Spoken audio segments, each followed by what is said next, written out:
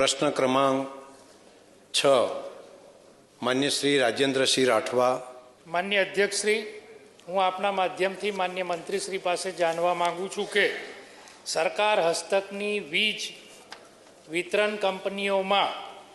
Division વિભાજનના અને પુનર્ગઠનના શું ધારાધોરણ છે અને માન્ય ધારાસભ્યશ્રી અને માન્ય સંસદશ્રીની રજૂઆતો સંદર્ભે નવીન સબ ડિવિઝન બનાવવા માટેનું શું આયોજન છે?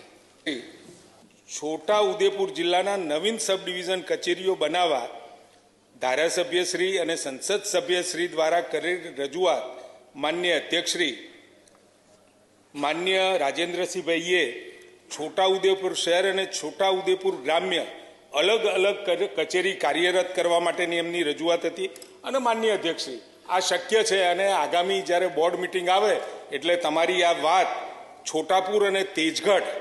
માંથી નવીન છોટા ઉદેપુર બીજું 2 બનાવી શકાશે એટલે તમારી માગણી શક્ય છે માન્ય અધ્યક્ષશ્રી। એના પછી માન્ય સંસદ સભ્યશ્રી જશુભાઈ રાઠવા, માન્ય ધારાસભ્ય શ્રી રાજેન્દ્રસિંહભાઈ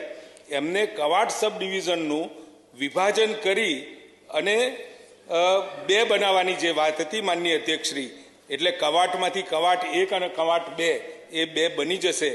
માન્ય અધ્યક્ષશ્રી। અને માન્ય ધારાસભ્ય અભયસિંહભાઈની પણ માગણી હતી કે નસવાડી સબ ડિવિઝન કચેરીનું વિભાજન કરવા માટે, એટલે એ જે ક્રાઇટેરિયા જે